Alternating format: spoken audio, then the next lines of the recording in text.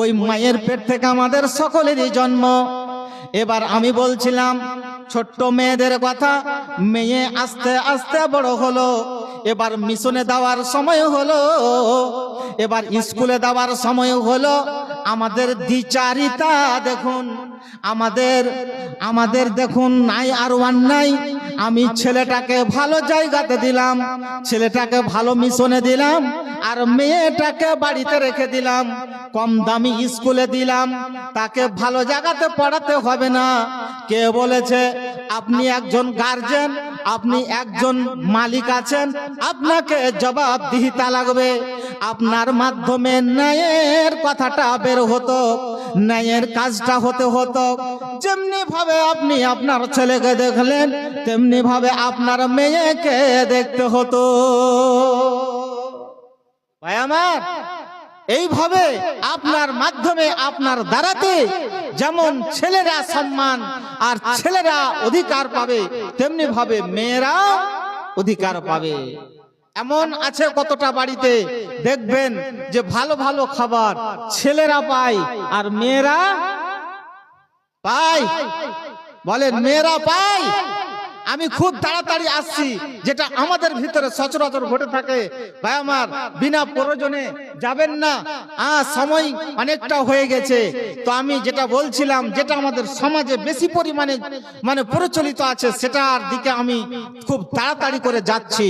ভাই আমার, এবার মনে করুন যে বেশ সময় হয়েছে একটা পর্বের, সেটা হচ্ছে বিয়ে। কি বললাম? বিয়ে। আমাদের ছেলে মেয়েদের বিয়ে দিই কি দিই না? দিই। তো ছেলেদের কিভাবে বিয়ে দিই আর মেয়েদের কিভাবে বিয়ে দিই, এটা আমাদের জানতে হবে। কার কতটা অধিকার, কিভাবে কে বিয়ে করবে, ছেলে যেমন বিয়ে করবে মেয়ে সেভাবে বিয়ে করতে পাবে কিনা, ছেলে যেমন পছন্দ করতে পারে মেয়ে পারে কি পারে না, এইগুলো আমরা খুব তাড়াতাড়ি করে জানবো আর চলে যাব। ভাই আমার, বন্ধু আমার, বিয়ের সময় হলো। এবার যেমন ছেলেরা পছন্দ মতো বিয়ে করতে পারে, তেমনি মেয়েরাও বিয়ে করতে পারে। ভাই আমার, বন্ধু আমার, আপনাদের সামনে একটি ঘটনা আমি বলি। আল্লাহর নবীর যখন বিয়ে হয়েছিল তখন তার বয়স ছিল 25 বছর, আর যার সাথে বিয়ে হয়েছিল প্রায় 40 বছর। এবার বলুন, ওই বিয়েতে আগে আমার নবী প্রস্তাব দিয়েছিলেন না ওই মহিলার পক্ষ থেকে, মা খাদিজার পক্ষ থেকে সেটা হয়েছিল? কোনটা আগে হয়েছিল বলুন? ওই মা খাদিজার পক্ষ থেকে হয়েছিল। তার মানে এখান থেকে বোঝা গেল শুধু ছেলের বাবা বউ খুঁজবে আর মেয়ের বাবা জামাই খুঁজবে না, এটাও হতে পারে না। এটাও ইসলাম এই ধরনের হতে পারে না, এভাবে ইসলাম নির্দেশ দিতে পারে না। যেমন একজন ছেলের বাবা বউ খুঁজতে পারে, তেমনি ভাবে একজন মহিলার বাবা, একজন মেয়ের বাবা নিজের পছন্দ মতো জামাই খুঁজতে পারে। শুধু তাই নয়, শুধু জামাই নয়, সেই মহিলা, সেই কন্যা সন্তান নিজের বরকে খুঁজে নিতে পারে। বিয়ের সময়তে নিজের বর খুঁজে বিয়ে করতে পারে। তবে শর্ত হলো নিজের অভিভাবককে খুশি রেখে, নিজের অভিভাবককে রাজি করে নিজের পছন্দ অনুযায়ী যেন সে বর খুঁজতে পারে।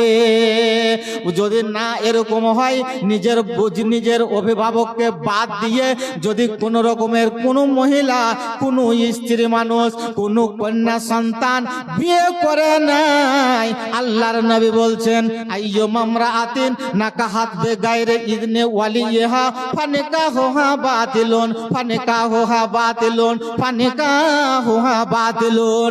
কোন মহিলা, কোন কন্যা সন্তান নিজের গার্জেন ছাড়া, নিজের ওলি ছাড়া, নিজের অভিভাবক ছাড়া, নিজের অভিভাবককে রাজি না করে কোন ছেলের সাথে যদি বিয়ে করার জন্য বাড়ি থেকে পালিয়ে যায়, আল্লাহর নবী বলছেন ওই নিকাহ বাতিল হয়ে যাবে, ওই বিবাহ বাতিল হয়ে যাবে, ওই বিবাহ ক্যান্সেল হয়ে যাবে, কোনোদিন বিয়ে হতে পারে না।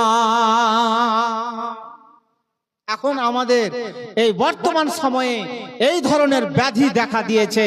খুব সাবধান মা এবং বোনদের।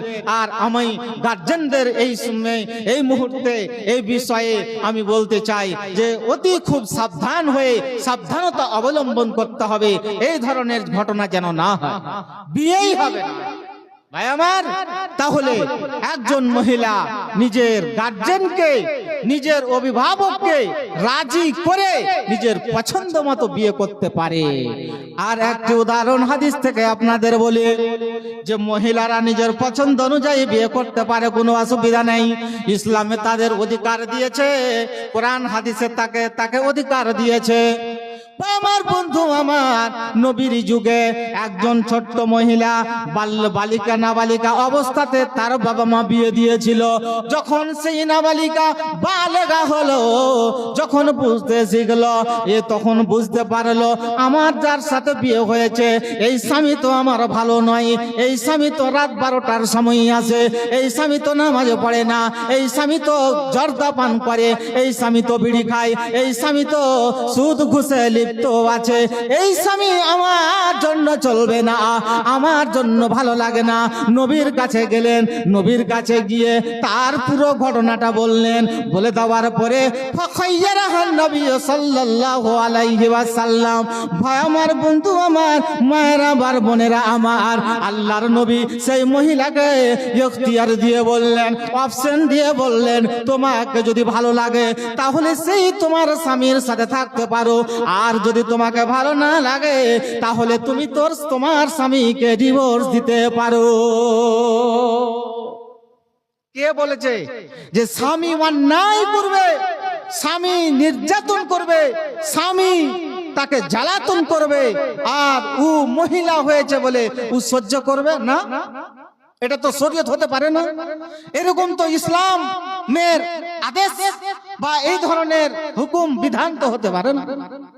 তাদেরও একজন স্বামী যেমন স্ত্রী খারাপ হয়ে যাওয়ার জন্য, শরীয়ত অনুযায়ী না চলার জন্য যেমন একজন স্বামী স্ত্রীকে তালাক দিতে পারে, তেমনি ভাবে স্বামীর পক্ষ থেকে যেমন তালাক সম্পন্ন হয়, তেমনি ভাবে একজন স্ত্রী নিজের পক্ষ থেকে স্বামীর কাছ থেকে ডিভোর্স নিতে পারে। এই তালাকের নাম হচ্ছে খোলা তালাক। কি বললাম? কি তালাক বললাম? খোলা তালাক, মানে স্ত্রীর পক্ষ থেকে হবে। তাহলে বোঝা গেল তাদের অধিকার দেওয়া হয়েছে এই তালাকের ব্যাপারে, পরিপূর্ণভাবে তাদের মর্যাদা, তাদের সম্মান দেওয়া হয়েছে। বিয়ে হয়ে গেল, এবার চলুন বিয়ের পরে স্বামী স্ত্রীর বন্ধনে আবদ্ধ হয়ে গেল। এইবার বসবাস করতে লাগলো। ওই স্ত্রী কতটা মর্যাদা নিয়ে বসবাস করবে একটু আপনাদের কয়েকটা হাদিস পরিবেশন করে আপনাদের শোনাই। আল্লাহর নবীর যুগে আল্লাহর নবীকে জিজ্ঞাসা করা হলো, মা হাক্কো জাওজাতে আহাদে আলাইনা, আল্লাহর রাসূল গো, আমাদের স্ত্রীর অধিকার আমাদের উপরে কি আছে?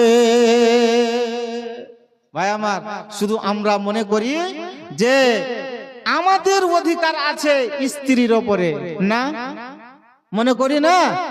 সচরাচর প্রথাগত ভাবে আমরাই এটা মনে করি যে আমার শরীরটা মালিশ করে দিবে আমার স্ত্রী, মাথা থেকে পা পর্যন্ত আমার দেখভাল করবে।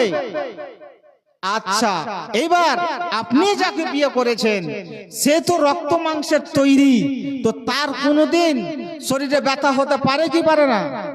কথা বলে না, ওদের কথা ওই জন্য বাদে ব্যথা করতে। তাহলে আপনি তো তার কাছের মানুষ, আপনার কাছে আছে, অভাব অভিযোগের কথা আপনাকে অভিযোগ করবে, আপনাকেও প্রয়োজন অনুযায়ী তার সেবা আর তার পরিষেবা আপনাকে দিতে হবে, এটা বাধ্য। শুধু আপনারটাই বলবেন, না, হতে পারে না। আল্লাহর নবীকে বলা হলো তাদের অধিকার আমাদের উপরে কি? আল্লাহর নবী বললেন আন্তুত এমা এজাত এমতা, যখন তুমি খাবে স্ত্রীদের খাওয়াবে, ও তাকসু হাই জাক্তা সাইতা, যখন তুমি পড়বে তখন স্ত্রীদেরকেও পড়াবে, ওয়ালা তাজরিবিল ওয়াজহা, আর তোমরা মুখে মারবে না। তার মানে